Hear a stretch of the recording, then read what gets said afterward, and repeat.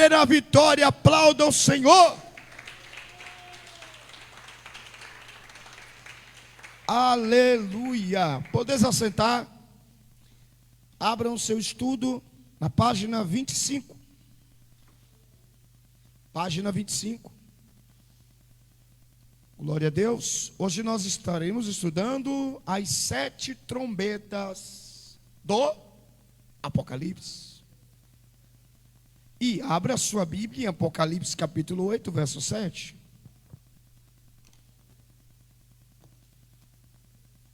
Apocalipse, em seu capítulo 8 e em seu versículo 7. Os amados irmãos que nos acompanham pela Rádio Web Fogo e Glória, se tem a apostila do estudo, pode nos acompanhar pela apostila, abrindo na página 25. Aos que não têm apostila, pode solicitar no grupo, que a missionária Onélia Rocha estará compartilhando a apostila para os irmãos no grupo da Rádio Fogo e Glória. Acompanhe também o estudo com a leitura dos tópicos. Abram as vossas Bíblias no estudo, página 25.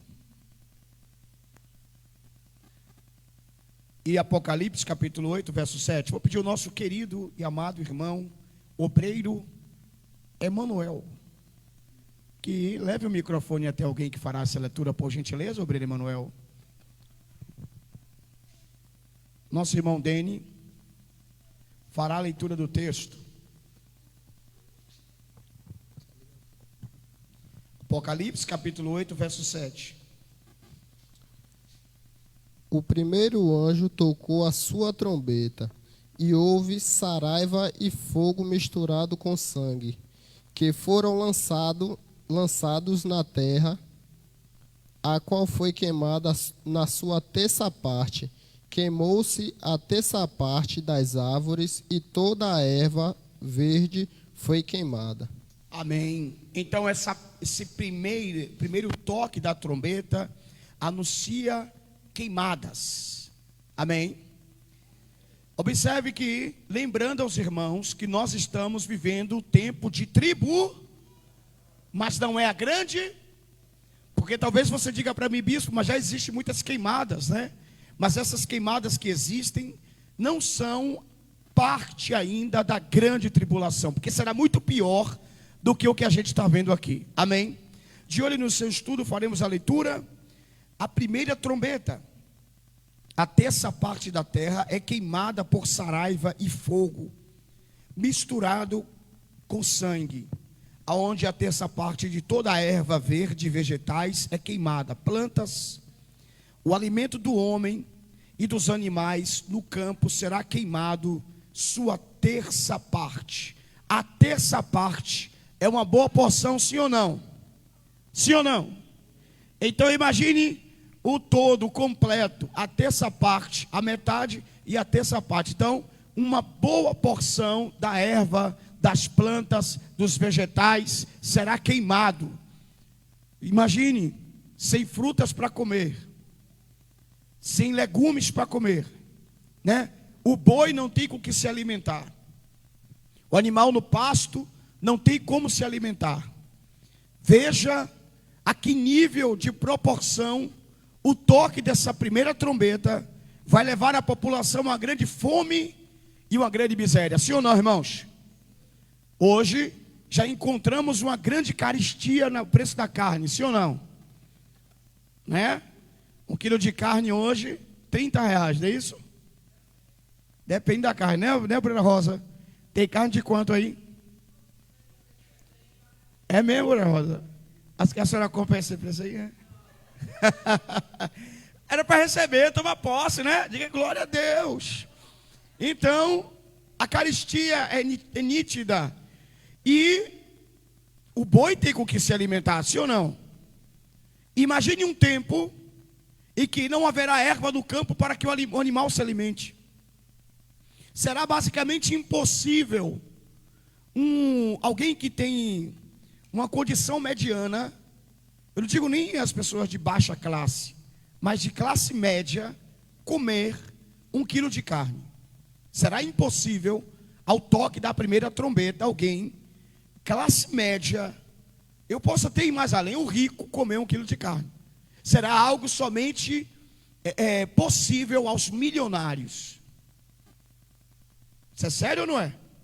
Então hoje que tudo que a gente tem em disponibilidade, tudo que a gente tem acessível, tudo que a gente tem em nossa mão, que a gente pode utilizar, você hoje mesmo não podendo comer uma carne de R$ 70, você pode comer uma de 20. Tem de 20? 25, 27, né? Mas pode comer uma de 25, sim ou não? Pode comer um peito de frango, né? Com osso. Com osso, e carne com osso é boa, sim ou não? Eu gosto. Quem gosta aí dá uma glória. Não é verdade?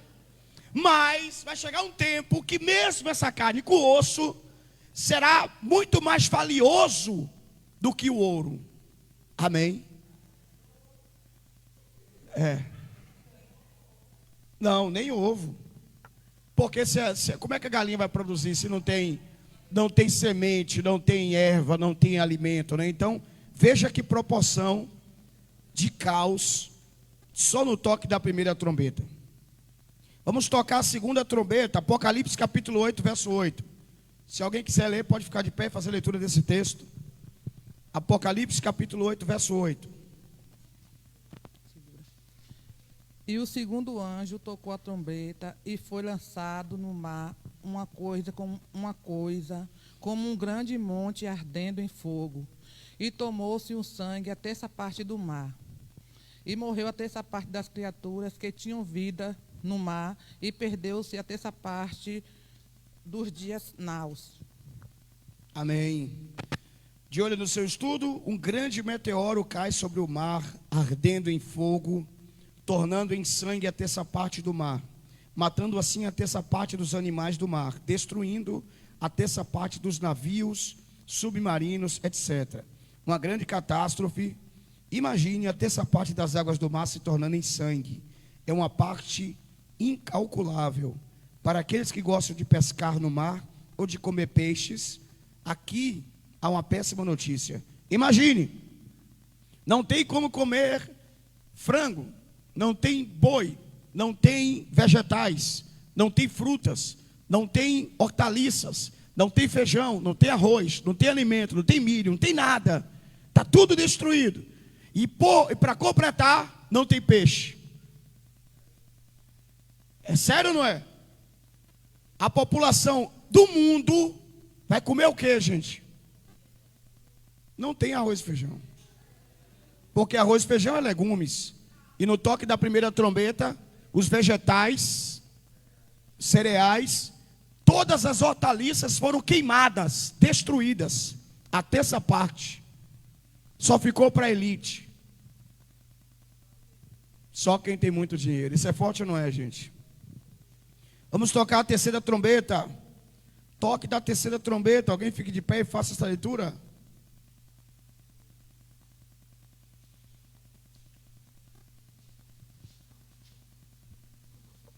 Pode ler.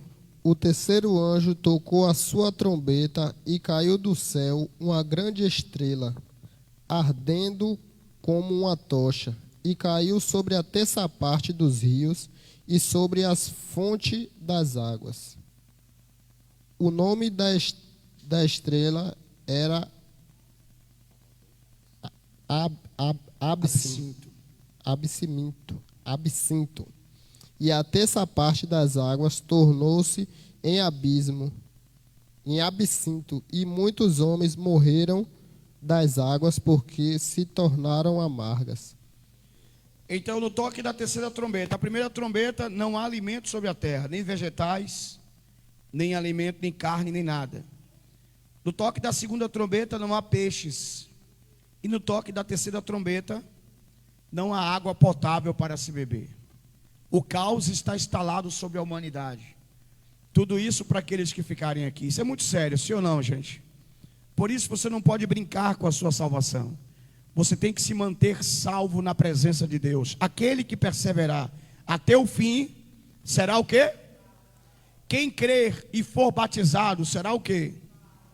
Agora é o batismo e muitas pessoas estão rejeitando a oportunidade de serem salvos. Porque para ser salvo, a condição de ser batizado. Quem crer e for batizado, será o quê? Mas eu ainda preciso perseverar até o fim. Porque aquele que perseverar até o fim, esse será o quê? Então, existe uma doutrina que diz, até estudamos isso aqui, salvo uma vez, salvo para? Mas se a pessoa não perseverar, será salva? Porque o texto é claro, se eu perseverar até o fim, então eu serei o quê? Além de crer e for batizado, eu tenho que perseverar na salvação. Porque não é só ser batizado e ponto final, felizes para sempre. É assim que funciona? Quem vai descer as águas agora? Levanta a mão, deixa eu ver. Dene, Aline, Dona Rosinha, né? Então, Dene, Aline, Dona Rosinha vai ser batizado. Aí, após o batismo, eles foram felizes para sempre. É assim que funciona? Não tem mais luta, não tem mais prova, não é? Aí não tem mais tribulação, aí agora está vivendo o céu na terra. Rapaz, eu fui batizado e todos os meus problemas acabaram. É assim que funciona? E como é que funciona? A luta continua e às vezes até pior, né? Por quê? Porque o diabo perdeu duas etapas aí. Primeira etapa que o diabo perdeu, você creu. Segunda etapa, você foi batizado. Então você está condicionado para quê?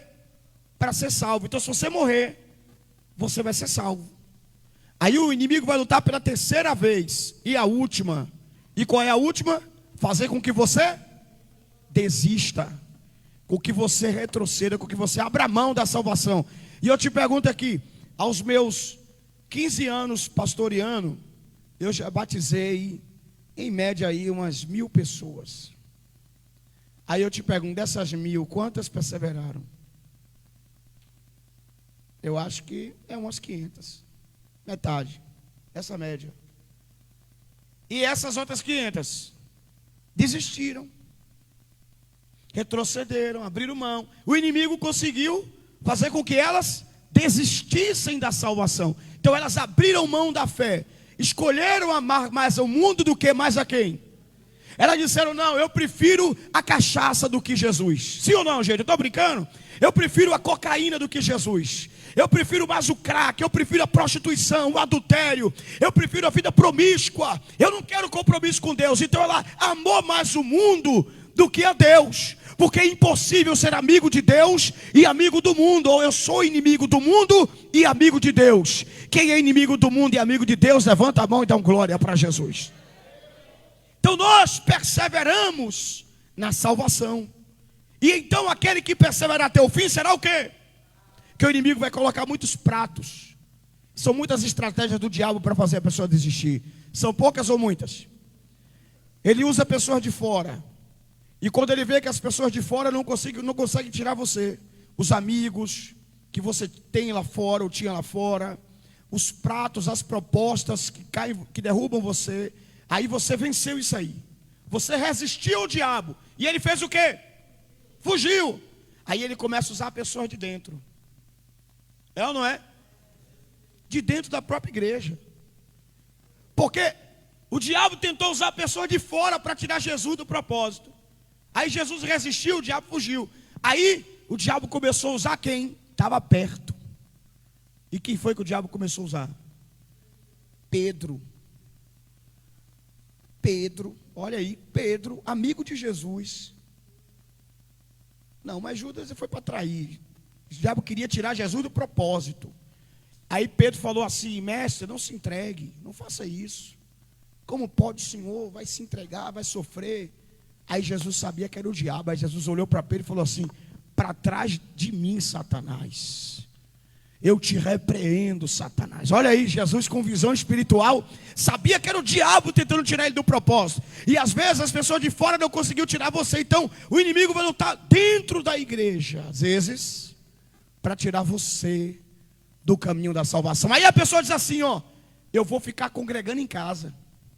Ó a primeira estratégia do diabo. É ou não é? Não, rapaz, não tem nada não. Aí vem aquela história que diz, você é a igreja. Não, você não é a igreja. Já te disseram que você é a igreja? Você não é a igreja. Nós somos a igreja. E Jesus é o cabeça. Não é individualismo, é coletivo. Eu só me torno igreja quando eu passo a congregar. Então eu sou a igreja junto com vocês. Sozinho eu não sou igreja. Porque está repreendido em nome de Jesus. Mas se cortar o meu dedo aqui, ele vai fazer o quê?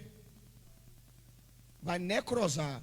Amputou o dedo de alguém, vai aprudecer. E vai ser parte de mim ainda? Ele só é parte de mim se ele estiver comigo, né? Então a gente só é igreja se a gente estiver junto. A gente só é igreja se a gente estiver interligado, em comunhão. Jesus disse assim, estejam em comunhão, juntos, porque juntos somos fortes, nós somos a igreja. Cristo é o cabeça e Ele conduz a sua igreja. Diga glória a Deus essa manhã. Por isso a igreja não pode se separar, não pode ser individualista, não pode dizer assim, eu vou congregar em casa, eu vou parar de congregar. Não, irmãos, se você parar de congregar, você vai necrosar, vai aprudecer, vai sair fora do corpo de Cristo, e então não será mais igreja. Eu quero que você me mostre que o inimigo colocou esse pensamento e não se afastou, hein? Não tem, irmãos. Mesmo ele pode ter aberto outra igreja, juntou outros irmãos, mas ele abriu lá uma congregação, beleza, mas ele não ficou dentro de casa, mas ficou dentro de casa, morreu. Necrosou, aprodeceu e morreu. O obreiro Berivaldo quer falar, né? Microfone para ele ali, meu querido obreiro Emanuel Victor. A paz e a graça para todos. É muito interessante o que o senhor falou aí, bispo, essa questão de o diabo vai usar dentro da igreja. Porque muitas pessoas que são usadas, elas se acham até que está fazendo santidade, que está sendo santo. De uma certa forma, fala com o próximo. Eu sei que tem muito mimimi essa questão, mas tem muitas pessoas, por se achar santo até demais, fala coisas para o irmão que fere e nem tem a ciência que fez isso, por ter achando que está até fazendo a obra, está fazendo coisas benéficas. E muito pelo contrário, está sendo maléficas. Porque tem pessoas que, de uma certa forma, ou chama atenção, ou se diz santa demais, ou quer mostrar santidade, e aí fere o irmão. Voltando a relembrar, tem muito mimimi, mas essa é uma questão muito séria, para que a gente mesmo, nós que estamos aqui buscando, nos policie. Agora eu estou trazendo comigo uma coisa, eu estou olhando para dentro de mim, porque se eu olhar para dentro de mim, eu vou conseguir não enxergar os defeitos dos outros. Porque se a gente for começar a olhar para os outros, infelizmente, com certeza, cai. Dentro desse processo aí, Deus vai nos ensinando e amadurecendo, né? A gente aprender como lidar com essas situações. Uma coisa que a gente tem que entender é jamais olhar para o micro. O que é o micro? O micro são as pequenas coisas. A gente tem que olhar para o macro. Não observar o micro. Não que o micro não seja importante, mas às vezes as coisas pequenas tiram a gente do propósito, sendo que coisas grandes estão acontecendo ao nosso redor, sim ou não? É verdade ou não é? Então a gente não tem que observar as pequenas coisas, os pequenos detalhes e olhar para a coisa grande, porque Deus olha para coisas grandes. A visão de Deus é grande, a visão de Deus é ampla. Então a gente não pode deixar coisas pequenas tirar a gente do grande propósito que Deus tem para as nossas vidas. Ali, obreiro Manuel, missionária Lidiana.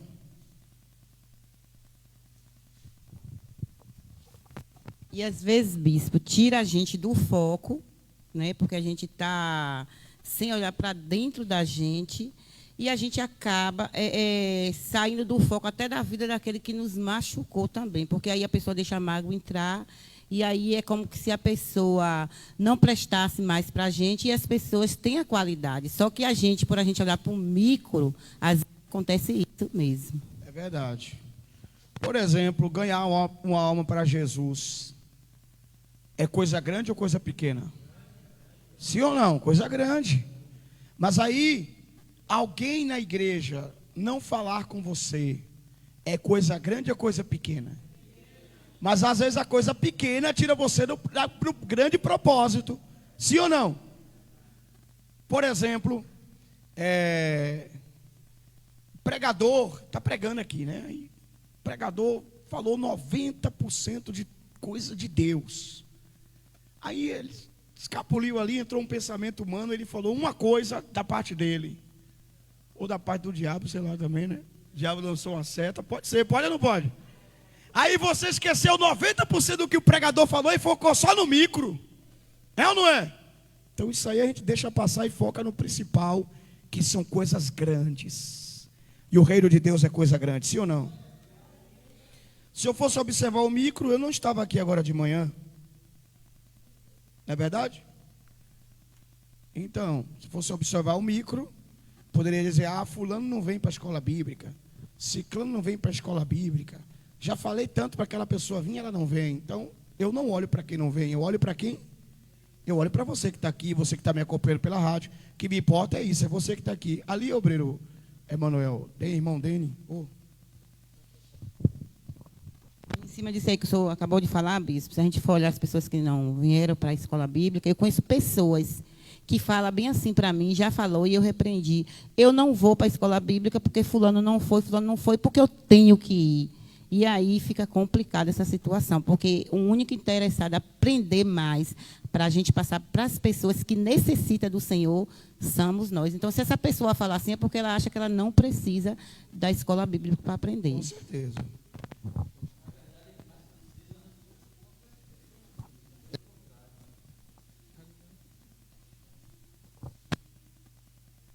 Tá ligado?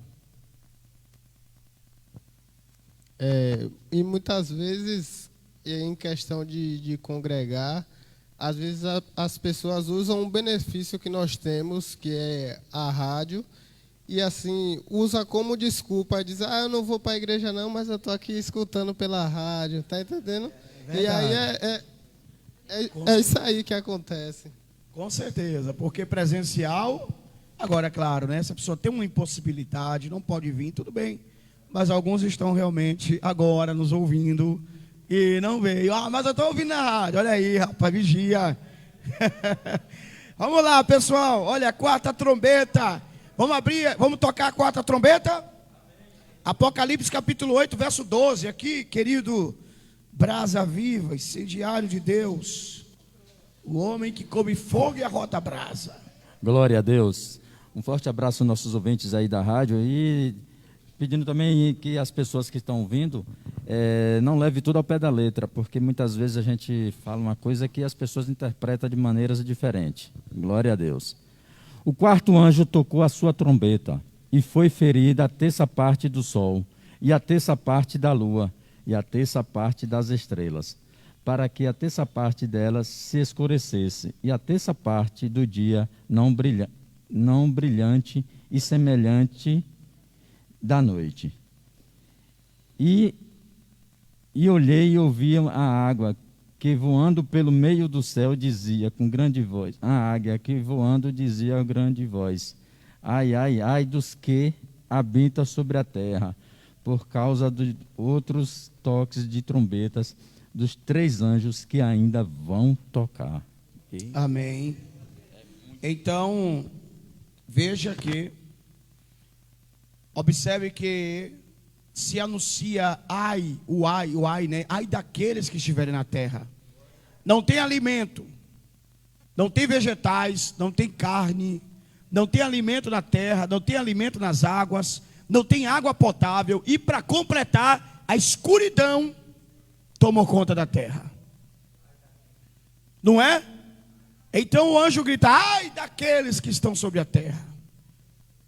Isso é muito sério, sim ou não?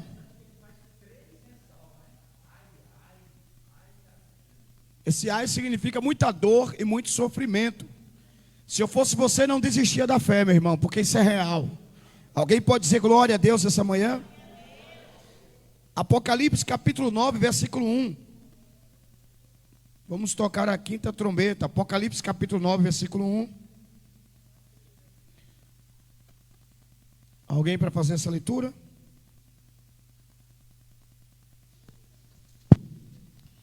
E o quinto anjo tocou a sua trombeta, e viu uma estrela do céu, caiu na terra, e foi-lhe dada a chave do abismo. Meu Deus, foi-lhe dado a chave do poço e do... Vamos ler nosso estudo aqui. Uma estrela cai sobre a terra.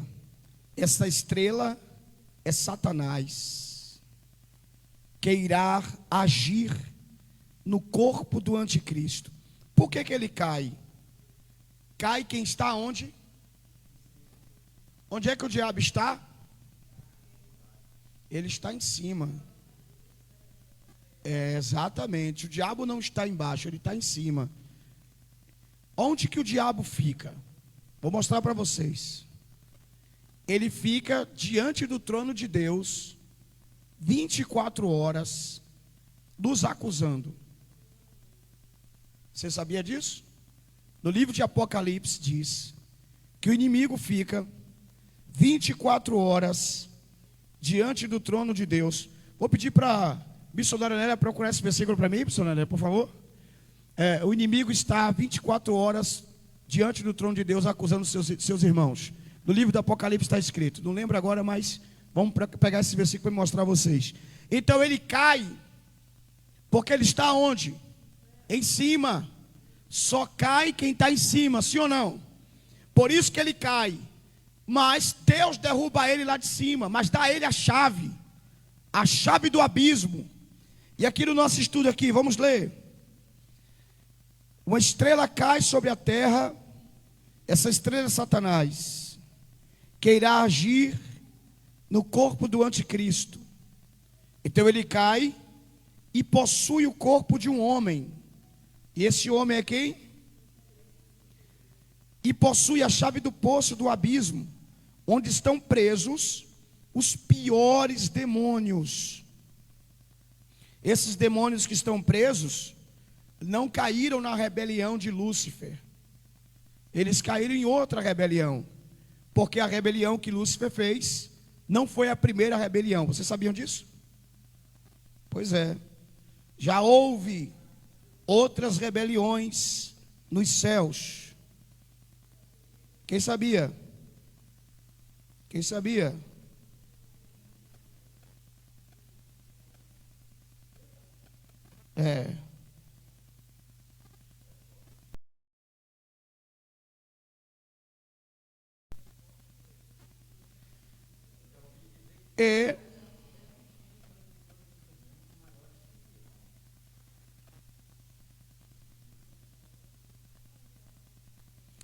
Vamos lá.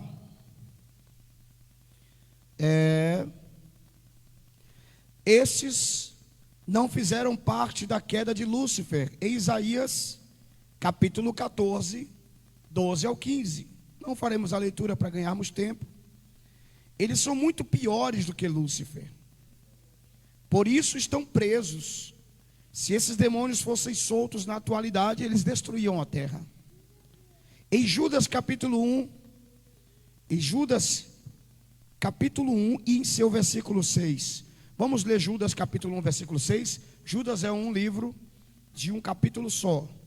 Judas capítulo 1, em seu versículo 6.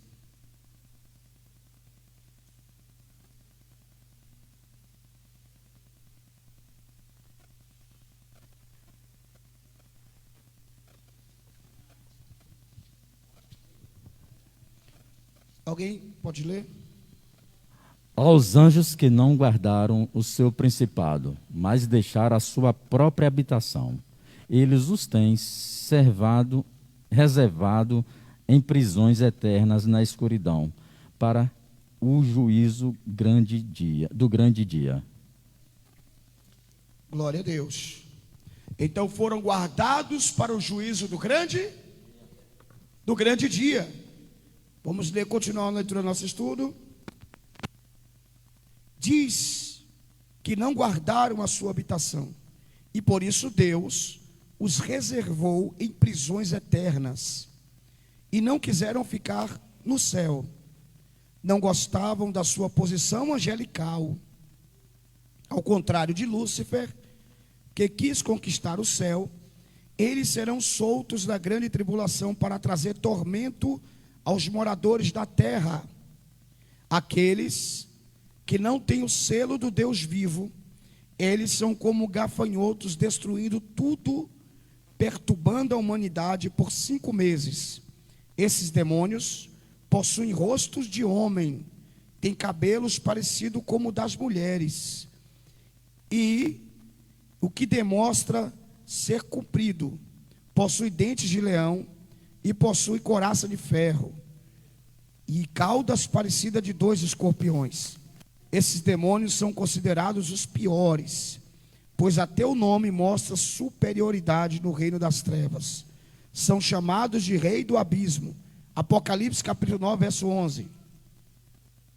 Apocalipse capítulo 9, verso 11. Alguém pode fazer a leitura, por favor?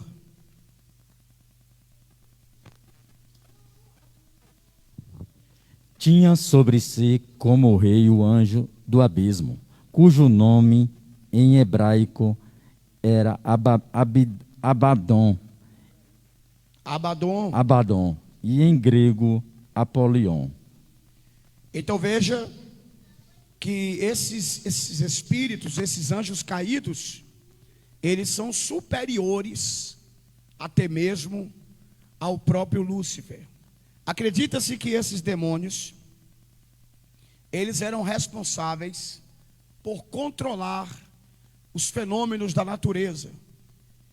Por exemplo, demônios que controlavam as águas, demônios que controlavam o clima, né? Porque, por exemplo, o mar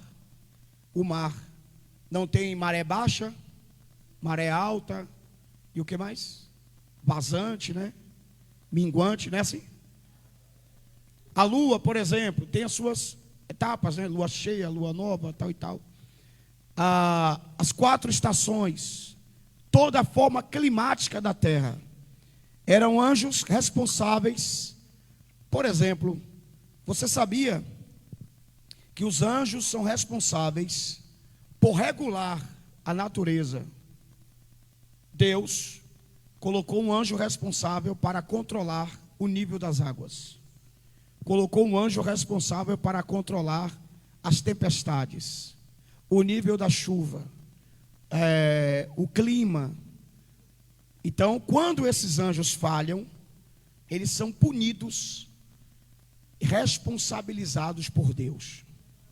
Esses anjos, acredita-se pela tradição, que eram anjos que falharam em sua missão, em controlar as águas, em controlar os fenômenos da natureza, em controlar o clima, as estações e a natureza. Eles quiseram dominar, eles eram príncipes, principados, e Deus aprisionou eles, e eles estão presos.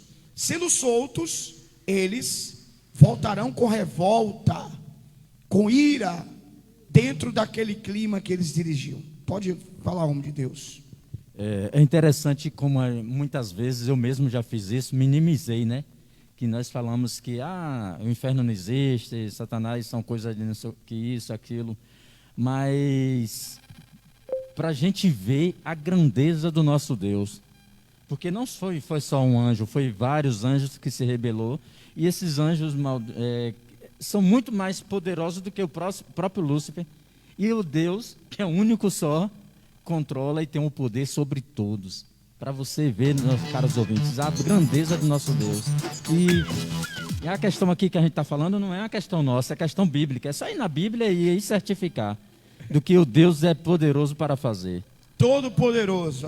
Aliás, a Bíblia diz que Ele é o Pai dos Espíritos. Todos os Espíritos pertencem a Deus, porque Ele é o Pai dos Espíritos. Deus, não existe adversário à altura. Satanás não é adversário de Deus, porque para ser adversário tem que estar à altura. Então o diabo, Satanás, ele é nosso adversário, ele é adversário do homem. Por sinal, a palavra Satanás no original diz adversário. Ele é acusador do homem, adversário do homem, então ele é nosso adversário. Veja que o diabo, como eu preguei aqui sexta-feira, ele ficou irado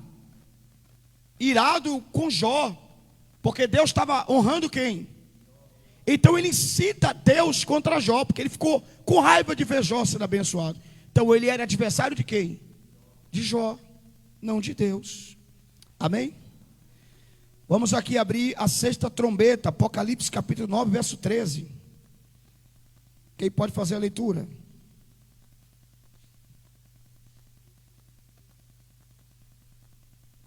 Nove, 13.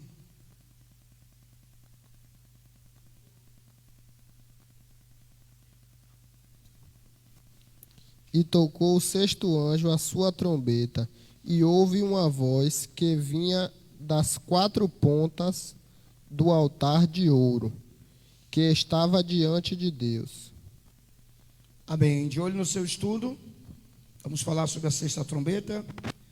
Visto um anjo soltar 4 anjos que estão presos junto ao rio Eufrates, esses demônios irão comandar um exército de 200 milhões de demônios. Olha aí. Ou seja, cada demônio irá liderar 50 milhões de demônios. Verdade. Uma verdadeira cavalaria infernal. Esses são diferentes dos demônios soltos na 5ª trombeta. Eles são apenas 4, comandando demônios que não estavam com eles. Talvez irão comandar os demônios soltos na 5ª trombeta. Também existe a possibilidade de serem demônios que foram presos porque participaram da tentação de Adão e Eva no paraíso, que ficava próximo ao rio Eufrates, e por isso foram presos naquele local. Gênesis 2,14. Irmão, tem muito mistério na Bíblia, que é muito forte, né? Sim ou não? Por exemplo, deixa eu falar uma coisa com você aqui, só abrindo um parênteses aqui para mim falar. Não sei se eu falo ou não fala? Fala ou não fala? Eu acho melhor não falar, não. Por exemplo, Eva, antes de sair do paraíso, do jardim, já tinha filhos? Já? Falei, meu irmão, já? Fala no microfone, rapaz. Já tinha filhos? Quem disse não? Já. Quem disse não? Dene falou não. Por que não, Dene? Fala aí, Dene. Não, qual foi a pergunta mesmo? Se... Eva, Adão e Eva, quando estava no paraíso, no jardim, né? O jardim do Éden, o paraíso era o jardim. O Éden, já estou aqui saindo, mas vamos. O Éden era a terra.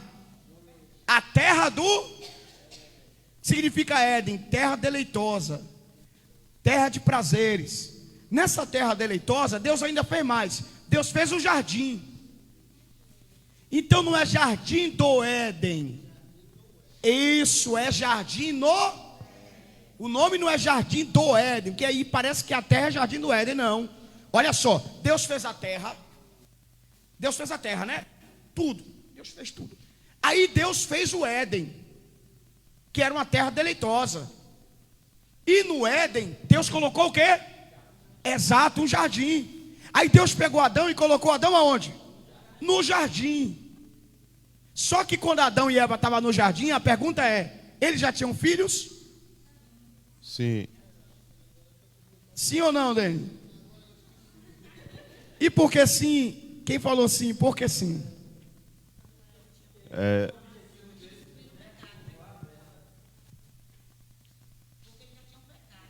Já tinham pecado? Não. Quando eles pecaram, saíram do jardim. Sim, por quê? Sim, por quê? Porque sim e por que não? Quem acha que não, por que não? E quem acha que sim, por que sim? Eu acho que sim, que tinha, pastor, porque quando Deus falou para Eva, né, que ela iria ter filhos com dores multiplicadas, né, porque antes ela tinha, mas não era com tanta dor. Exato. A resposta é: ela tinha filhas, mas não tinha filhos homens. Ela só tinha filhas mulheres, mas ela não tinha filhos homens. Abra sua Bíblia em Gênesis capítulo 3. A gente sai aqui um pouquinho ou não sai? Ou volta? O que é que vocês acham? Sai ou não sai? Sai ou não sai? Acho melhor a gente não sair, né, não?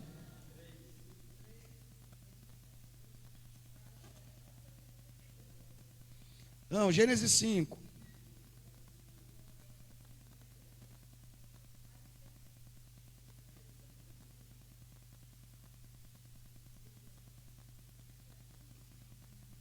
Aliás, Gênesis 4.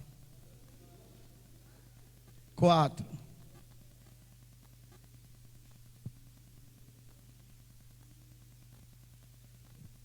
Ó, Gênesis 4, ó. Adão conheceu a Eva, sua mulher. Aqui já foi depois, né? E ela concedeu e teve a Caim. E disse: concebi um homem. Tá claro, ela concebeu o quê? Um homem. E ela teve também Abel, irmão dele. E Abel era pastor de ovelhas. Deixa a Gênesis 4 aí, ó. Vamos lá. Deus fez o homem e a mulher. Aí Deus falou para eles: crescer e multiplicar e encher o quê? Isso aqui é espiritual. Quem é carnal não vai pegar isso não, viu? Nem adianta tentar entender com a carne. Só do espírito. O carnal vai me contestar, vai dizer: não, porque não sei o que lá, porque não está na... Porque nem tudo está na Bíblia, irmão. João disse que se Jesus fosse escrever tudo que tivesse na Bíblia, caberia livros do mundo? Imagine desde a criação, se tudo fosse estar escrito. E tem segredos que foram ocultos, que os judeus esconderam para que ninguém saiba. Aí Eva foi e começou a ter filhas. Já tinha dores de parto, como a irmã Márcia falou. Quando ela caiu, Deus falou: as tuas dores de parto serão Se multiplica 0 por 0? 0 por 0 é quanto? Então tinha uma dor de parto, mas era bem pouca. Então Deus está dizendo: as tuas dores de parto serão multiplicadas. Outra coisa da maldição: a mulher ser submissa ao homem. A mulher não era submissa ao homem, porque Deus falou para Eva: a partir de agora você será submissa. A partir da queda. Então não era.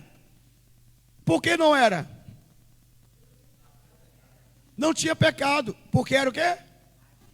É isso, missionário Nélia. Porque era adjuntor, ou seja, andavam os dois na mesma. Tirou da costela, do lado. Então o que um fazia, o outro fazia. Por que Adão comeu sem questionar?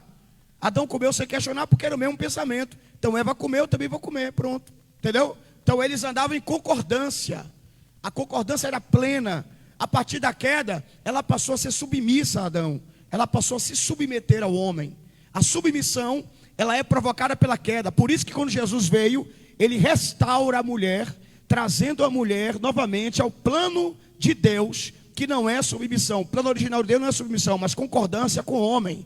Ou seja, andar em igualdade. Quem pode dar glória a Deus? Vamos lá para a gente adiantar aqui então. Eva tinha filhas. E aonde que ficavam as filhas de Eva? Fora do jardim. Exato. Elas iam para o Éden. Iam para a terra.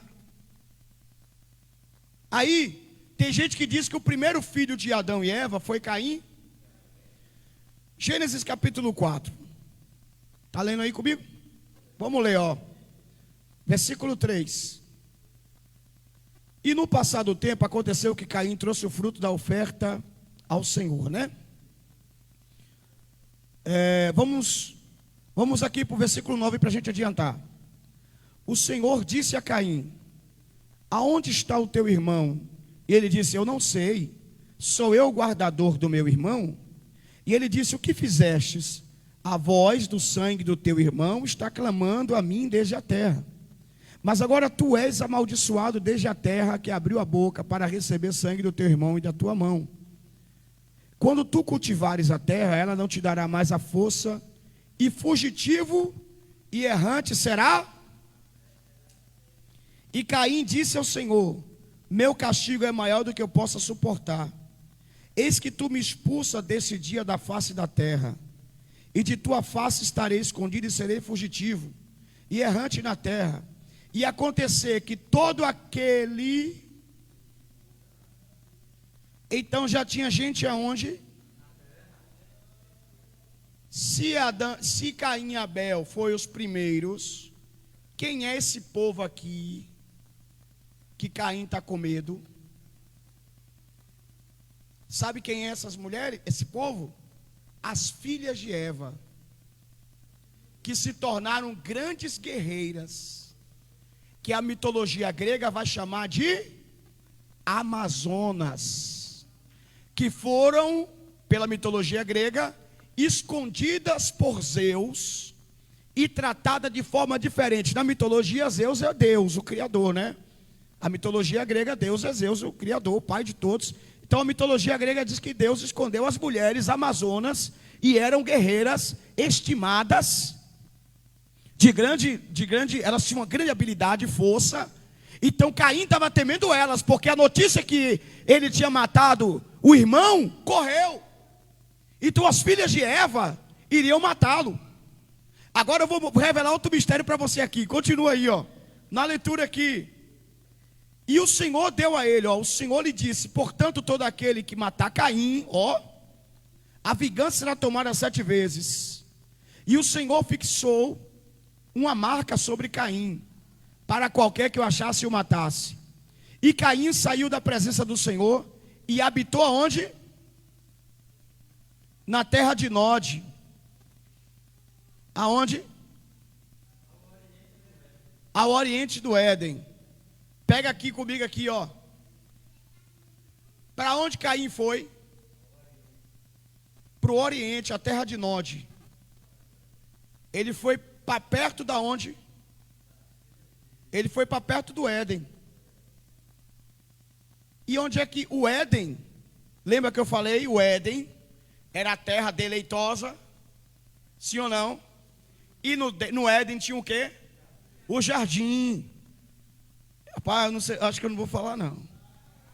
Não, vou parar que eu estou indo muito profundo com vocês, viu? Eu tenho que ir devagar, gente.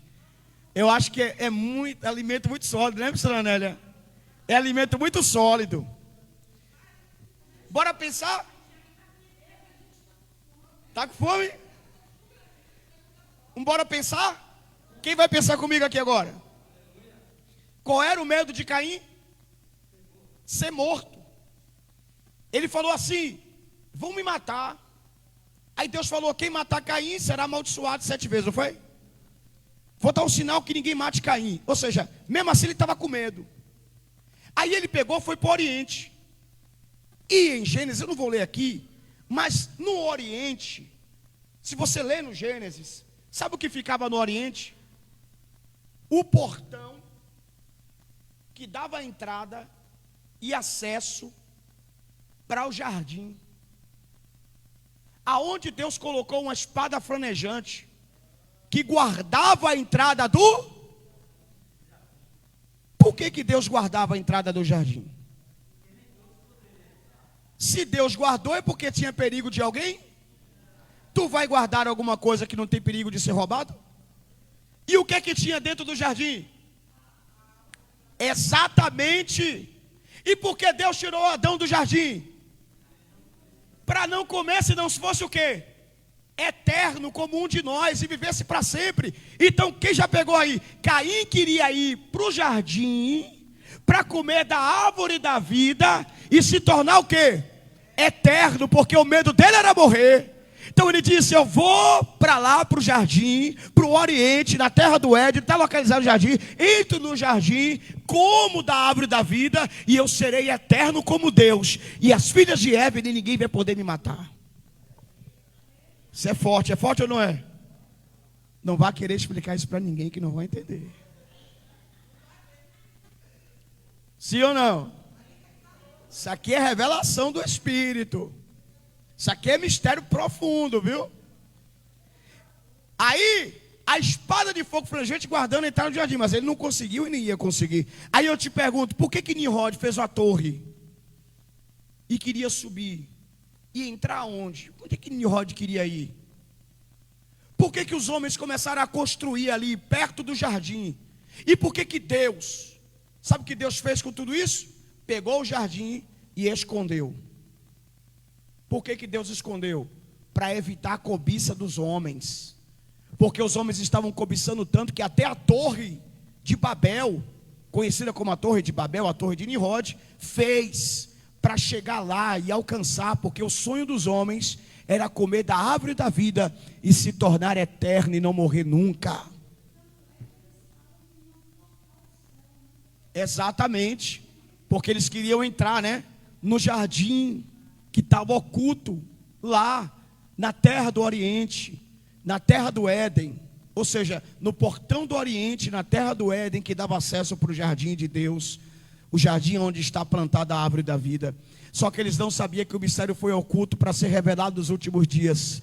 E Jesus disse assim: aquele que comer, porque eu sou a árvore da vida, aquele que comer de mim nunca morrerá, mas terá a vida eterna. Hoje nós temos o prazer e a honra de comer da árvore da vida, que é Jesus Cristo, e viver eternamente para a glória de Deus. É só para quem pegou essa revelação e dá um glória a Deus aí, porque eu já estou todo arrupiado aqui essa manhã. Quem pode dizer aleluia? Então nós temos o privilégio que eles lutaram no passado. Nós comemos da árvore da vida para viver para sempre com Deus. E ainda teremos o corpo transladado, transformado e glorificado para a glória e honra do nome do Senhor. Teremos poderes espirituais, porque Deus transformará o nosso corpo em um corpo glorificado, em nome de Jesus. Alguém acredita e dá um glória? Então, quando Jesus veio, e nós que aceitamos a Cristo, temos esse privilégio de comer da árvore da vida, que estará na Nova Jerusalém, A árvore da vida estará lá. E uma vez por ano nós comeremos do fruto da árvore da vida e viveremos para sempre. E então as folhas da árvore da vida curará nossas feridas. Nós não teremos enfermidades e teremos um corpo glorificado para a glória de Deus. E além de tudo isso, nossos olhos serão enxugadas todas as lágrimas. Então, por maior que seja a tua luta, a tua provação, a tua dificuldade, não vale a pena abrir mão de Jesus. Não vale a pena abrir mão de Jesus por nenhum problema, nenhuma dificuldade, nenhuma luta, nenhuma aflição. Vale a pena passar por tudo que você está passando e permanecer firme na presença de Deus, porque grande é a recompensa. Por isso que o apóstolo Paulo disse: os ouvidos não ouviram, os olhos ainda não viram, e nem subiu ao coração do homem aquilo que Deus tem preparado para nós. É muito grande, então fique firme, não se afaste, não desvie, não negue a sua fé, porque vai valer a pena. Você pode dizer amém essa manhã? Senhora, ali, corre. Sim, pode falar, mulher de Deus. O versículo está em Apocalipse 12, versículo 10, capítulo 12, 10. Então ouvi grande voz do céu proclamando: agora veio a salvação, o poder, o reino de Deus e a autoridade de seu Cristo, pois foi expulso o acusador de nossos irmãos, o mesmo que os acusa de dia e de noite diante do nosso Deus. Aonde que ele está aí? Diante do nosso Deus, acusando de dia e de noite. Olha aí, irmãos. Mas como lemos aqui, ele vai cair. Então ele desce para a terra. Ele desce com a chave do abismo. Obrigado, mulher de Deus. Deus abençoe, missionária Nélia. Vamos aqui abrir. Eu já não sei nem mais onde é que eu estou. Já entrei na unção aqui, já entrei no mistério, já sapateei. Que eu já me perdi, irmã Kelly. Já não sei nem mais para onde que eu vou. Eu quero ir logo para a glória. Quem quer ir para o céu aí, diga amém. Eu queria ir para lá, se eu tivesse para lá, não teria lugar, só para ver o meu rei. E eu já cantei a música toda errada. Vai, levanta a mão e diga glória a Deus essa manhã. Santo, santo é Senhor, para sempre estarei, para sempre cantarei. Quem vai cantar para sempre, dá um glória. Deixa eu falar uma coisa com você aqui. Tem gente que pensa que a gente vai para a glória ficar assim, ó, missionária Nélia, só cantando o dia todo. Tem gente que pensa que a gente vai ficar só lá, cantando, adorando. Não, irmão. Teremos vida, né? Vida. E o que é vida? Viver. Vai trabalhar, vai fazer, você vai lutar, você vai ser um agente especial de Cristo. Amém? Um ser glorificado. Aleluia.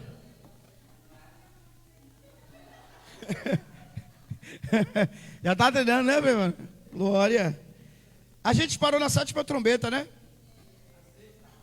Na 6ª? Vamos para a 7ª agora. Apocalipse 11:15. Pode fazer a leitura. Eita, rapaz, eu falei, entreguei uma revelação para vocês aí forte hoje, viu? As filhas de Eva. Apocalipse 11:15. O 7º anjo tocou a trombeta. O 7º anjo tocou a trombeta e houve no céu grandes vozes dizendo: o reino do mundo se tornou de nosso Senhor e do seu Cristo, e ele reinará pelo século dos séculos. Amém, glória a Deus. A 7ª trombeta. Os 24 anciões adoraram a Cristo no céu, por ter chegado a hora da vingança contra aqueles que tanto mal fizeram contra os profetas, apóstolos e a igreja de Cristo. Este parece ser um momento em que Cristo irá dar o galardão a todos que venceram, a recompensa dos profetas, aos servos de Cristo e aos santos que temeram ao Deus vivo. Apocalipse 11:18. Apocalipse 11:18. Quem achou? Pode ler?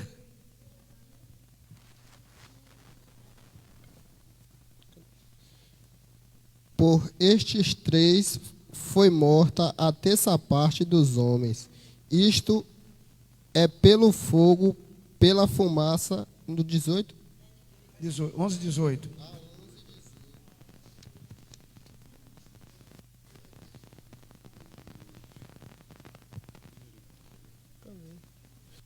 Irão-se as nações, iraram-se as nações, e veio a tua ira e o tempo dos mortos, para que sejam julgados, e o tempo de dares o galardão aos profetas, teus servos, aos santos e aos que temem o teu nome, Aleluia. a pequenos e a grandes, e o tempo de destruíres os que destroem a terra. Diga glória a Deus. Então, esse período, essa recompensa aí é para a igreja? Porque a igreja, ou seja, a igreja já está onde? Arrebatada. Quem lembra? Então essa recompensa aí é para aqueles que ficaram. Lembra que a gente já passou das 2 testemunhas? E as 2 testemunhas vão entrar depois que a igreja foi o quê? Arrebatada. Aqui, nas 7 trombetas, são os 7 anos, né? 7 trombetas, 7 cavaleiros. Então são 7 anos, só recapitulando. E nesses 7 anos a igreja está onde? A igreja está no céu. E fazendo o que no céu? Festejando. Quem vai festejar, dá um glória. Emanuel já está dançando aí, né? Então a igreja vai estar lá dizendo: ó, eu queria estar lá, se eu pudesse estar lá, não queria voltar, só para ver o meu rei, frente a frente com o Pai. Santo, santo é o Senhor, para sempre estaria, para sempre estarei. Amém? Quem pode dizer glória aí? Quem pode dizer aleluia? A igreja está lá, 7 anos. Aí Cristo volta. E Cristo volta com quem? Com a igreja. E aí os 50% da igreja que ficou aqui, que não negou Jesus, os profetas, junto com as duas testemunhas, aqueles que militaram, né, pregando o reino de Deus, foram mortos pelo anticristo, foram mortos, perseguidos, então eles serão agora recompensados pelo Senhor. Amém? Vamos agora aqui vamos ter o nosso estudo, vamos 7 taças da ira de Deus. Apocalipse 16, do 1 ao 2.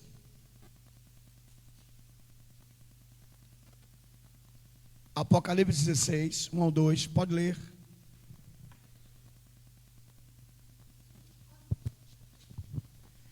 E ouvi, vinda do santuário, uma grande voz, que dizia aos 7 anjos: Ide, demais sobre a terra, e as 7 taças da ira de Deus. Então foi o primeiro e derramou a sua taça sobre a terra. E apareceu uma chaga ruim, e a maligna nos homens, que tinham o sinal da besta, que adorava a sua imagem. Amém. Vamos ler o nosso estudo.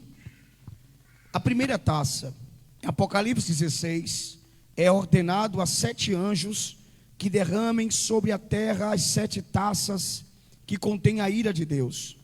A partir desse momento, a terra que já está sendo bombardeada por tanto mal, agora recebe a ira de Deus que vem sobre todos. No caso das 7 trombetas, os males eram limitados, visto que afetaram apenas a terça parte das árvores. Era erva verde, do mar, dos rios e fonte das águas, do sol, da lua, das estrelas. Em Apocalipse 8, 7 a 12, vemos isso. Porém, agora, além de tirar o alimento dos homens, a ira de Deus toca no corpo do homem e recebe doenças, chagas mortal e feridas terríveis. Diga misericórdia. No caso das trombetas, Satanás rouba, né? Diz que está aqui digitado errado. Rouba a terça parte. Ele fez isso também com a terça parte dos anjos do céu. Apocalipse 12, 14.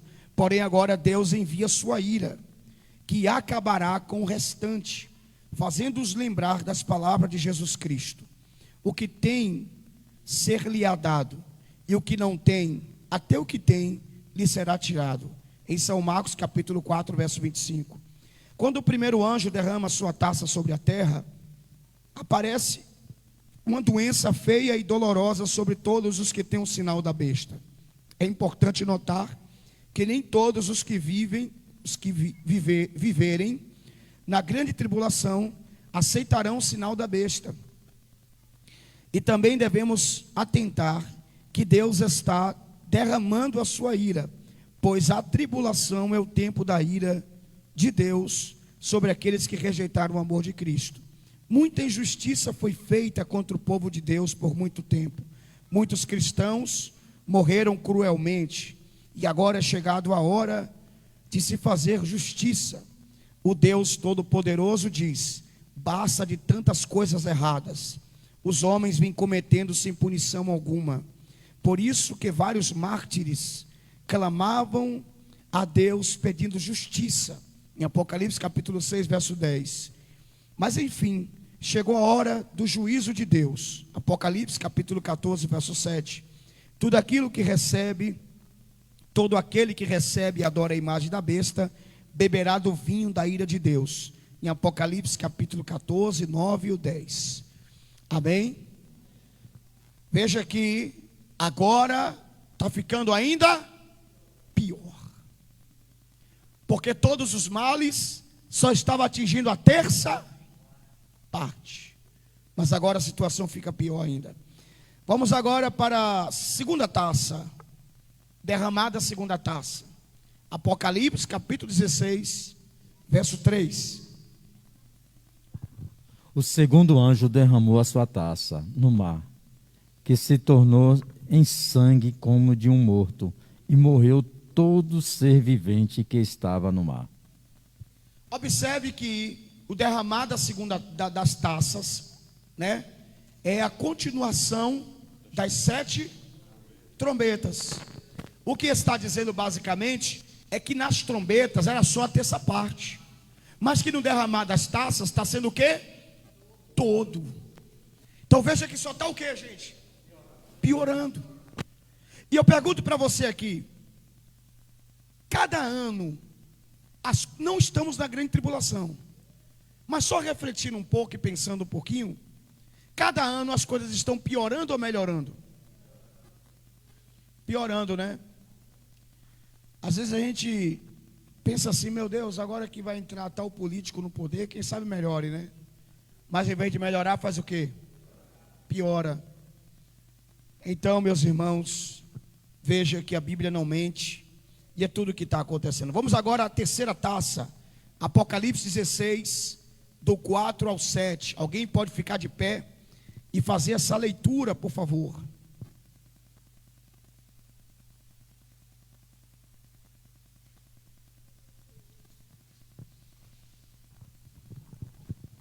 Derramou o terceiro a sua taça nos rios e nas fontes das águas, e se tornaram em sangue. Então ouvi o anjo das águas dizendo: Tu és justo, tu que és e que eras o santo, pois julgaste essas coisas, porquanto derramaram sangue de santos e de profetas, também sangue que tens dado a beber. São dignos disso. Ouvi do altar que se dizia: Certamente, ó Senhor Deus, Todo-Poderoso, verdadeiros e justos são os teus juízos. Então, aí a mudança de Deus em favor dos seus profetas, né? Em favor dos homens de Deus que foram perseguidos, mortos, caluniados, escarnecidos. Verdade. E as águas aí se tornaram o quê? Sangue. Não tinha água potável. Das taças eram terça parte, mas agora é o total. Imagine, irmãos, o mundo sem comida, sem água, sem luz, um caos. É isso que espera essa humanidade. Isso não é uma brincadeira. Você pode pensar assim, mas será que isso vai cumprir mesmo, bispo? Quantas coisas a gente está vendo se cumprindo, hein, irmãos? Jesus anunciou há mais de 2000 anos atrás, os sinais estão se cumprindo. E por que não o Apocalipse não se cumpriria? Não é verdade? Então não deixe o inimigo colocar dúvidas em sua mente, porque são coisas terríveis que estão para acontecer. A quarta taça, Apocalipse capítulo 16, verso 8.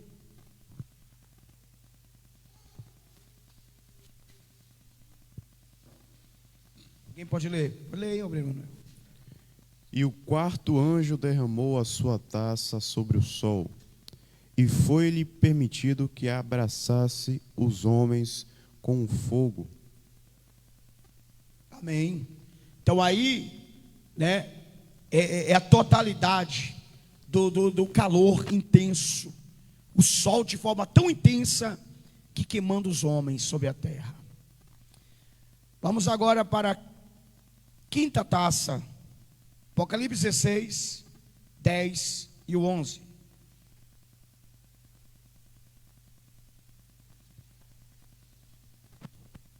Derramou o quinto a sua taça sobre o trono da besta, cujo reino se tornou em trevas. E os homens remordiam a língua por causa da dor que sentia, e blasfemaram o Deus do céu por causa da angústia e da úlcera que sofria, e não se arrependeram de suas obras. Então, quem era o provocador de tudo isso? O próprio homem, sim ou não? Tudo que estava acontecendo era por causa da iniquidade, né? Da maldade do homem. Tudo que está acontecendo no Apocalipse, o próprio provocador disso é o homem. Então a vontade de Deus aqui não é absoluta. Ou seja, mas é a vontade o quê? Permissiva. Deus está permitindo, mas a vontade absoluta É Deus tirar o homem dessa situação. Mas mesmo assim, o homem não reconheceu que era responsável e não fez o quê? Não se arrependeu dos seus pecados. E ele ainda fez mais o quê? Culpou a quem? Quem está lembrando de alguma coisa aí? E acontece sim ou não? Quantas, até hoje, né, meu Márcia? Quantas pessoas aí agora no Covid-19? Né? Foram aí para a internet falar assim: cadê o Deus dos crentes? E outro dia um vídeo lá que eu coloquei na internet. Aí uma pessoa chegou lá e comentou assim: eu quero ver você orar. É para Deus curar alguém de Covid-19. Foi. Aí eu falei assim: oro, manda vir. Não é não? Achei.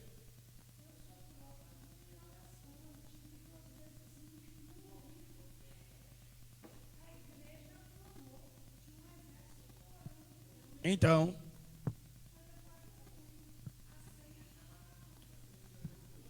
olha aí. Quantas pessoas foram curadas, né, irmãos?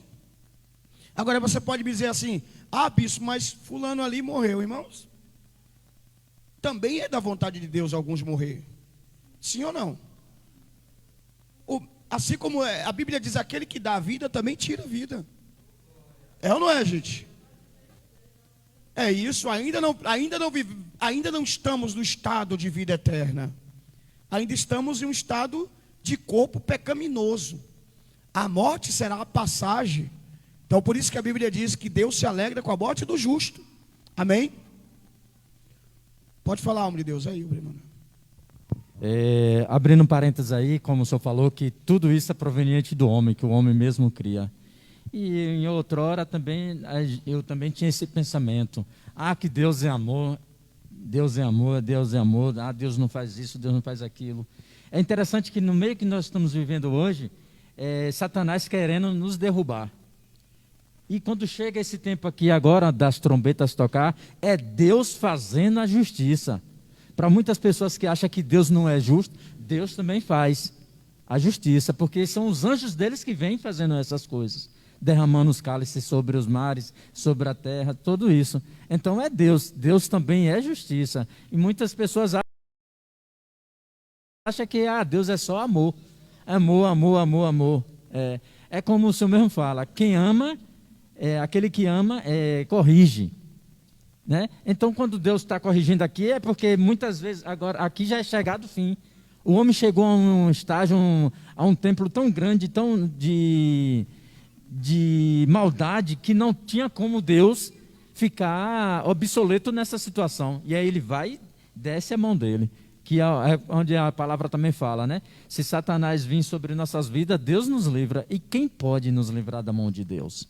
É verdade. Oh, glória. Por exemplo, irmãos, quem já ficou assim, já teve um sentimento de injustiça em ver, por exemplo, em saber que um político, por exemplo, roubou milhões, né, da nação, dinheiro seu, dinheiro nosso. É verdade ou não é? Porque, irmãos, tudo que a gente compra tem imposto de renda. A gente, do dia que nasce até a hora que morre, a gente paga para o governo. Esse dinheiro vai para lá. E ele tem que voltar para quem? O político é o nosso funcionário, sim ou não? Só que parece que a gente é funcionário deles, né? Aí está alguém lá que você botou no teu voto e que vai lá e trabalha contra você. Né? Pega ali 10 milhões que era para a saúde, 100 milhões que era para a educação, para a saúde, e eles botam no bolso deles. Enche o apartamento de dinheiro, depois a pessoa vai preso, fica um mês na cadeia, vai solto de novo. Esquece. Aí, quando vai para os Estados Unidos, fica lá esbanjando e gastando aquele dinheiro, sumiu, mas ficou milionário. Irmão, fala a verdade, não dá um sentimento de injustiça? Porque assim, a gente trabalha tanto, né? A gente luta tanto, e esse povo não governa não governa para a gente. Não luta pelas pessoas, não estão nem aí.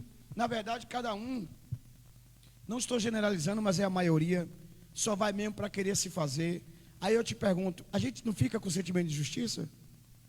E não adianta, meu irmão, você pode botar o político que for, todos vão fazer a mesma coisa. Porque o dinheiro é muito acessível para eles, então eles vão lá e metem a mão mesmo. Então, esse sentimento de injustiça que a gente tem, quem é que vai ser justo por nós? Quem vai julgar a nossa causa? Fala a verdade, há esperança aqui na terra? Você acha que a esperança de algum homem fazer justiça aqui na terra? Não há. Então a justiça de Deus vai ser essa. Esses políticos corruptos, né, que governam com injustiça, diante do trono do Senhor, sendo responsáveis pelo pecado deles, pela iniquidade deles, por toda a maldade que eles fizeram contra a população e contra a humanidade, vão pagar um preço muito alto diante do Senhor. Então haverá justiça. Deus é justo, Ele é vingador dessas coisas. Ele vai entrar com justiça, irmãos. Amém? Pode falar. Só abrindo parênteses aqui, isso que o senhor falou, bispo, sobre os políticos. E essa semana eu estava ouvindo TV, reportagem, e vi umas matérias sobre obras milionárias, superfaturadas, inacabadas, o tempo destruindo. E o que que chamou a atenção, quando o senhor falou que dá aquele sentimento de injustiça, foi que uma dessas obras foi uma barragem para desviar água para saciar a sede de muita gente em um local aqui que eu não sei qual foi, me perdoe. E aí passou a matéria de um senhor que ele acreditou na obra, foi obra milionária, que hoje lá o mato está tomando conta. E ele acreditou na obra e ele passou a vida dele toda lá, e hoje ele velho, e ele chorando, dizendo, na época ele tinha 20 e poucos anos, e hoje ele está com 50 e poucos anos, e chorando, porque ele passou a vida dele toda ali, esperando aquilo, para que resolvesse a vida, não só dele, como de milhares de pessoas daquele lugar, e ele foi tirado, aí ele, quem vai me devolver a juventude agora? Chorando, e aí me deu aquele sentimento de injustiça. O dinheiro, é como se ali não tivesse ninguém, fossem insetos, fosse baratas, e os políticos cada vez mais. E não é só ali uma obra, não, são milhões de obras, são centenas de obras grande, inacabadas. Né? É revoltante. Por exemplo, irmãos, a gente vê aí agora o auxílio emergencial. Os políticos, para assinar um papel para liberar o auxílio emergencial, parece que está fazendo um favor, né? Não, vou dar o dinheiro. O presidente fala, eu vou dar o dinheiro. Dá o quê? Dá o que se é da gente mesmo, se é do povo mesmo. Não é o dinheiro do político A, do político B, o dinheiro é do povo, sim ou não? É da nação. E esse dinheiro tinha que voltar para o povo mesmo, de verdade, sim ou não, irmãos? Por isso, irmãos, que isso é injustiça. Mas não vai adiantar a gente ficar colocando na rede social, não vai adiantar a gente brigar por político A, político C, não vai adiantar. Por que não vai adiantar? Porque isso está na Bíblia. A Bíblia está se cumprindo e não adianta. Deus está permitindo eles fazerem isso, mas haverá justiça de Deus. É o próprio Deus que vai cobrar, irmãos. Por isso eu quero dar um alerta para você aqui. Não brigue com ninguém por causa de política, porque não vai adiantar. Não assuma nenhum partido. Eu sou do partido A, do partido B, do partido C. Não faça isso, meu irmão. Você é de Cristo Jesus. Assuma a postura que você é do partido de Cristo Jesus. Você é de Jesus. Você não é de fulano, não é de ciclano, de beltrano. Sabe por quê? Não vai adiantar nada. Isso é perca de tempo. E o evangelho só está retrocedendo com isso. Em vez dos pastores estar avançando para pregar a palavra de Deus, está indo para a internet brigar por fulano, brigar por ciclano, brigar por betano. Sim ou não, gente? E aí perde um bocado de gente. Sabe por quê? Porque eu vou falar uma coisa para você aqui.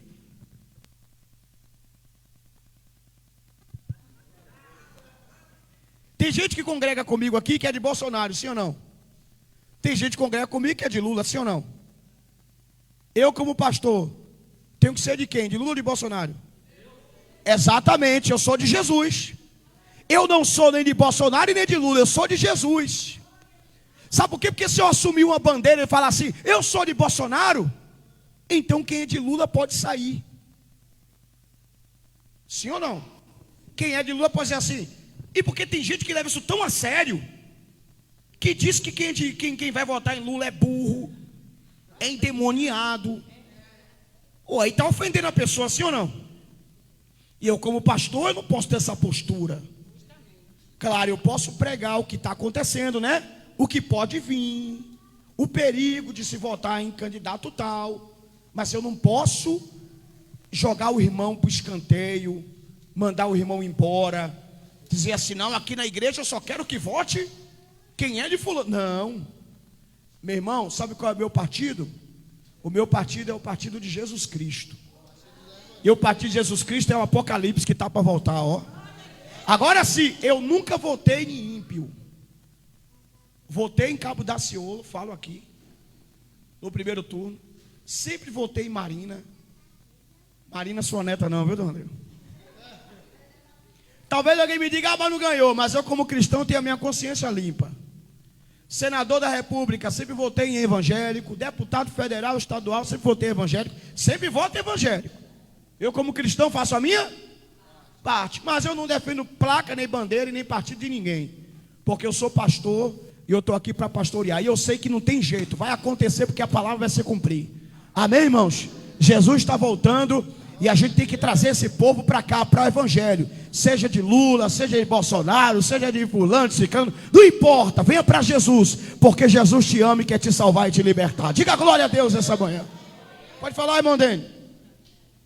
Como o senhor falou aí, as pessoas estão levando isso tão a sério, que eu vi no Facebook vários templos e vários lugares, os próprios cristãos fazendo a arma. Exato, Dene. Mostrando que os votos deles são de Bolsonaro. Como é que pode isso, né, Dene? Você vê Várias, que a briga é tão fotos. grande que eu não vou nem entrar nesse tema aqui, mas o que eu quero falar, irmão, sabe o que é? É que não adianta. O Apocalipse vai se cumprir, a palavra de Deus vai se cumprir, você querendo ou não. Porque Jesus está voltando. O que é que eu tenho que fazer? Sabe o que nós temos que fazer como igreja? Como é, irmão Márcio? Exatamente. O que ela falou aqui. Vigiar o quê? A minha vida. Então eu não tenho que estar preocupado com A, com B, com C, com presidente e tal. Eu tenho que preocupar com a minha salvação. Porque tem gente preocupada com Bolsonaro e perdendo a salvação. Tem gente preocupada com Lula e perdendo a salvação. Tem gente preocupada em comprar uma arma e perdendo a salvação. Eu estou preocupado com a minha vida espiritual. Eu não quero perder a minha salvação, irmãos. Eu quero que Jesus venha e que eu suba para a glória de Deus. Porque o governo perfeito não é o governo de Lula, de Bolsonaro, de fulano, ciclano. O governo perfeito será o governo de Jesus Cristo. Quem pode dizer amém? Fale, mulher de Deus. Vamos fechar. Ô bispo, tem pessoas que estão chegando a um nível tão baixo que quando senta para almoçar, para se reunir a família, só sai discussão de famílias. Em relação a Bolsonaro, a Lula, as pessoas estão perdendo uma noção do que significa a gente seguir a linha mesmo do que Deus quer. E tem cristãos que estão nessa aí e não está vigiando, como a intercessora Márcia falou. Vou fazer uma pergunta para vocês aqui, para a gente abrir derramar a sexta taça e a sétima taça e ir embora para casa. Bom, presta atenção. O cristão que ele assume uma bandeira partidarista, o cristão que assume a bandeira de Lula, ele vai ganhar uma pessoa do mundo aí que vota em Bolsonaro?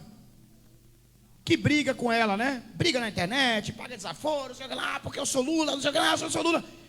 Aí a pessoa no mundo lá é de Bolsonaro, não é crente, não aceitou Jesus. Você quer ganhar aquela alma, sim ou não? Você vai ganhar ela para Jesus? Porque ela ficou com raiva, sim ou não? Você discutiu.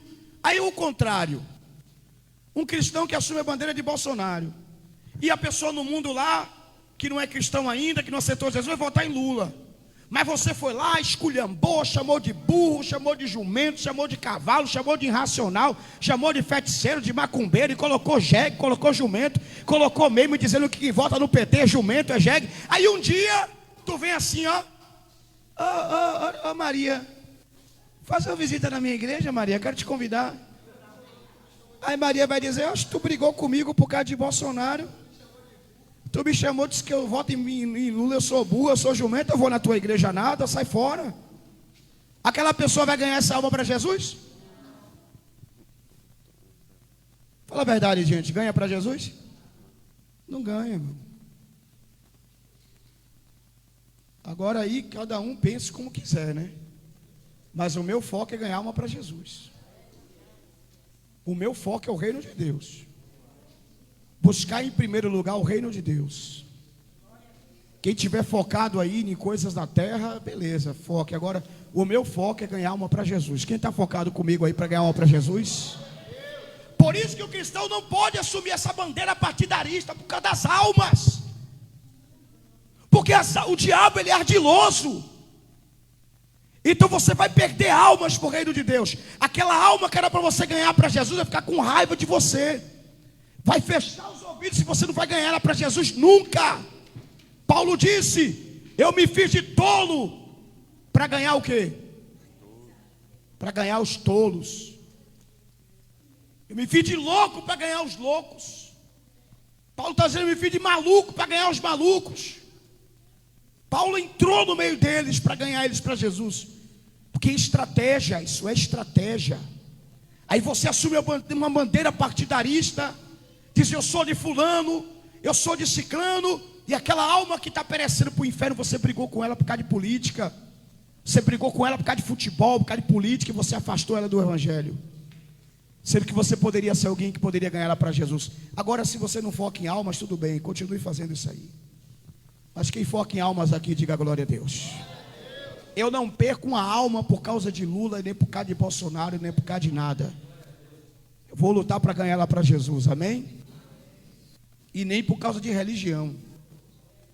Converso com o espírita, com o católico, com o evangélico, com o macumbeiro, feiticeiro, seja qual for a religião dele. Eu não vou brigar com ele por causa de religião.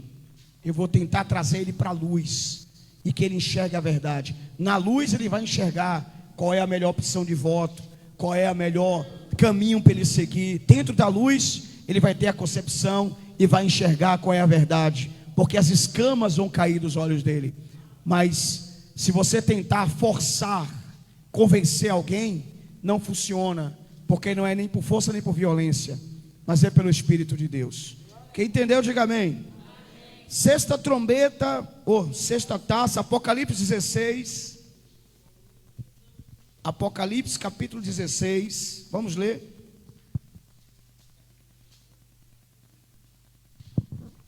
Glória a Deus.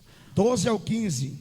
O sexto anjo derramou a sua taça sobre o grande Eufrates, e as suas águas secou-se, para que se preparasse o caminho dos reis que vêm do Oriente. E da boca do dragão, e da boca da besta, e da boca dos falsos profetas, vi saírem 3 espíritos imundos, semelhantes às rãs. Pois são espíritos de demônios que operam sinais quais vão ao encontro dos reis de todo o mundo, para os congregar para a batalha do grande dia do Deus poderoso.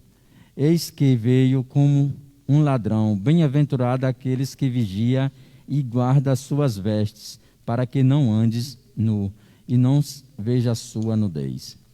Amém. De olho no seu estudo aqui, para a gente fazer uma pequena leitura. Vamos ler a partir do rio Eufrates. O rio Eufrates secou, para que se preparasse o caminho dos reis do Oriente. Neste acontecimento, espíritos imundos, parecidos como rãs, enviados pela besta e o falso profeta, começaram a perturbar os reis da terra, os presidentes, ministros, líderes governamentais e todos os países, para levá-los a uma guerra mundial contra o povo judeu. Irão dar sequência ao que o alemão Adolf Hitler começou a fazer na Segunda Guerra Mundial, matando 6 milhões de judeus, tentando exterminar o povo escolhido por Deus para herdar a terra. Os reis do Oriente são chamados porque muitos são ricos economicamente. Esses reis tendem a ser países localizados no Oriente, em que em nossos dias estão tomando conta da economia mundial. Quando a economia desses países vão bem, eles compram a tudo e a todos. Quando vai mal, vira o seu estudo aí. Quando vão mal, a economia do resto do mundo também cai. Possivelmente serão países como China, Japão, Coreia, Taiwan.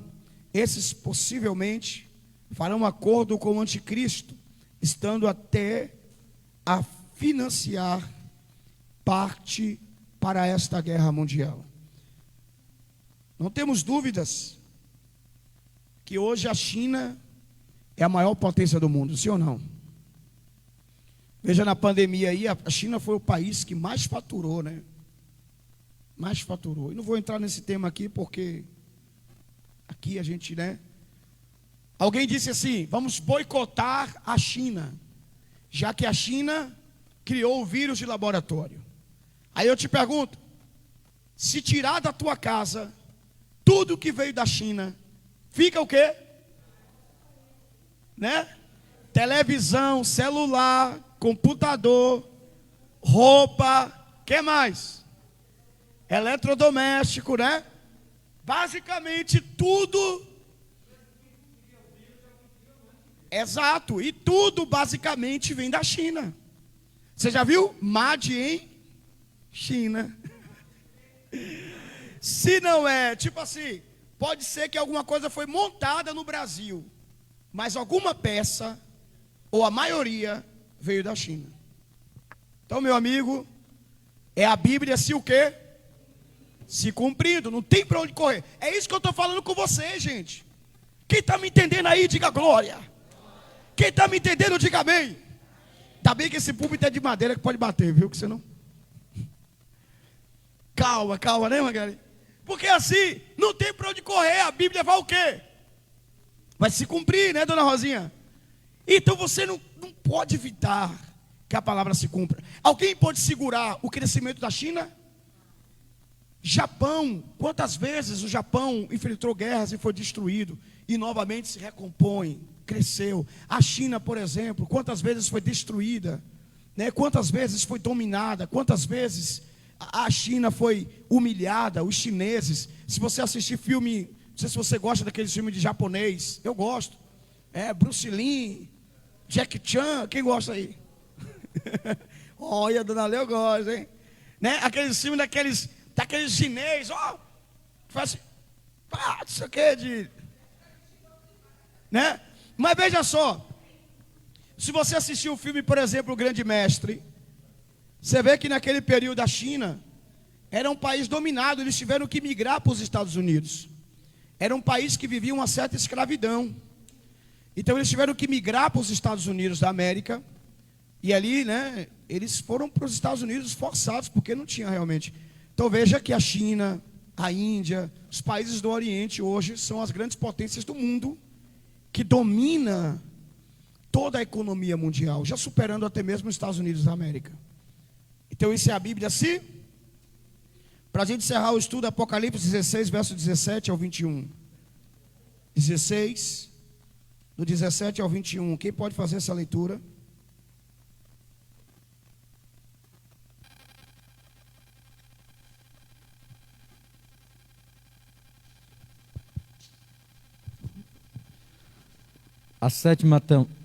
O sétimo anjo derramou a sua taça no ar, e saiu uma grande voz do santuário, à parte do trono, dizendo: está feito.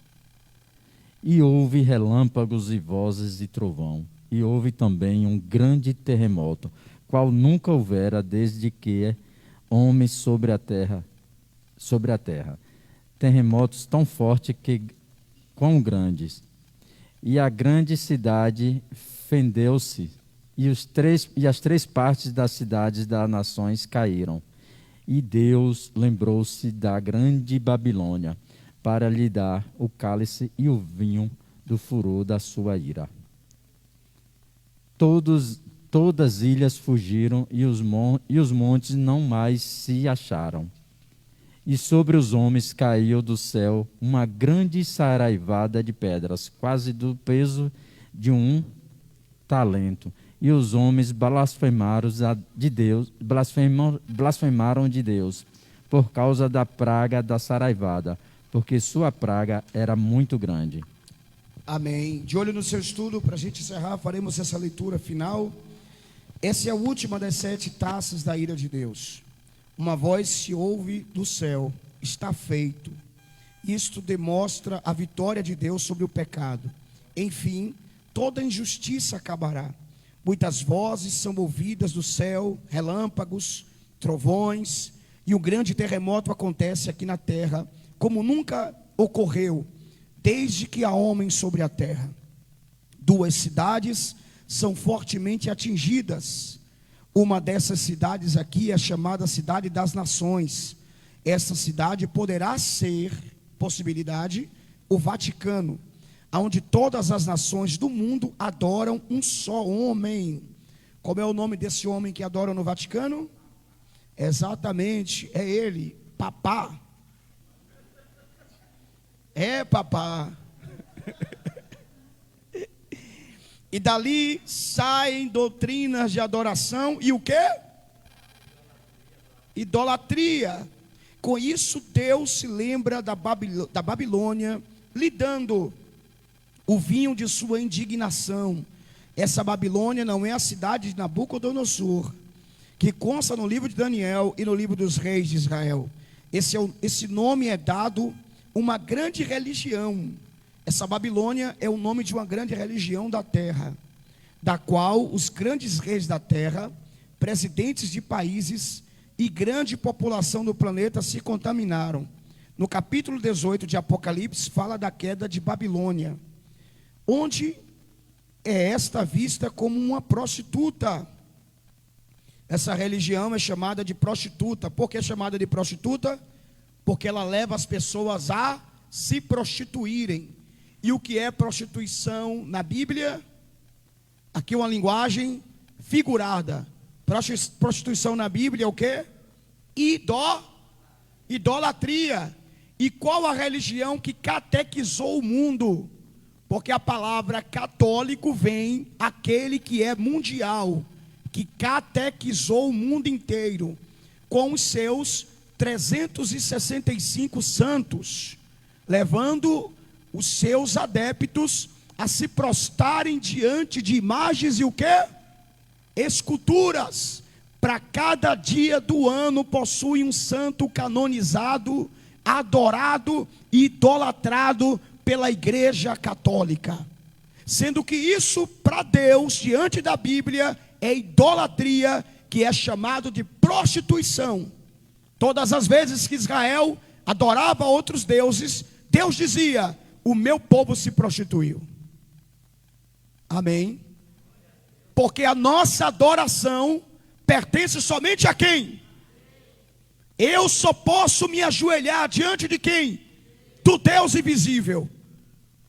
Veja que Satanás falou para Jesus: se tu se prostrares e me adorares, eu te darei todo o reino do mundo.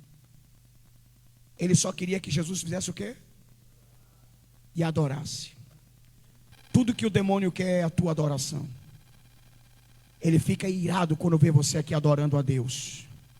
Ele fica com raiva quando vê você glorificando a Deus, exaltando a Deus, adorando a Deus e agradecendo o nome de Deus, dizendo: a minha glória, toda a honra, todo o louvor e a minha adoração é para o eterno Deus invisível, Criador de todas as coisas. Aproveite essa manhã e mande glória para Ele aqui nesse lugar. Vamos aqui continuar a leitura.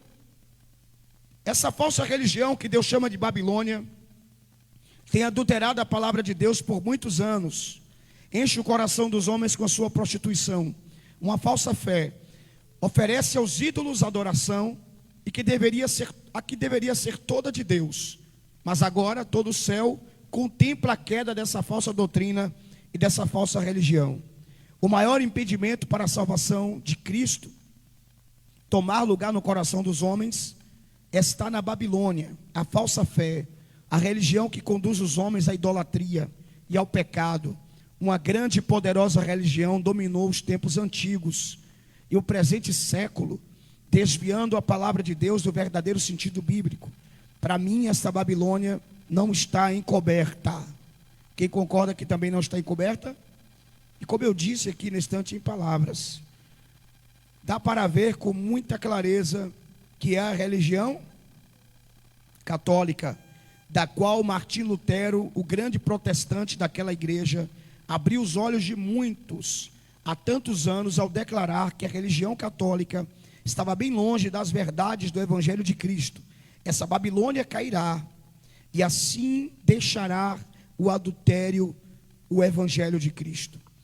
O versículo 20 mostra a força do terremoto do versículo 18, onde todas as ilhas, aqui não diz algumas, mas todas as ilhas desaparecerão da superfície da terra, afundando, e montes não mais se acharão. Ilhas que hoje são ocupadas por pessoas famosas, que com sua fortuna compram tudo, investem no luxo, viajam para bem longe dos mais humildes, para não ver a sua pobreza. Ilhas que servem como rituais macabros e feitiçarias, cultuando a ídolos e demônios.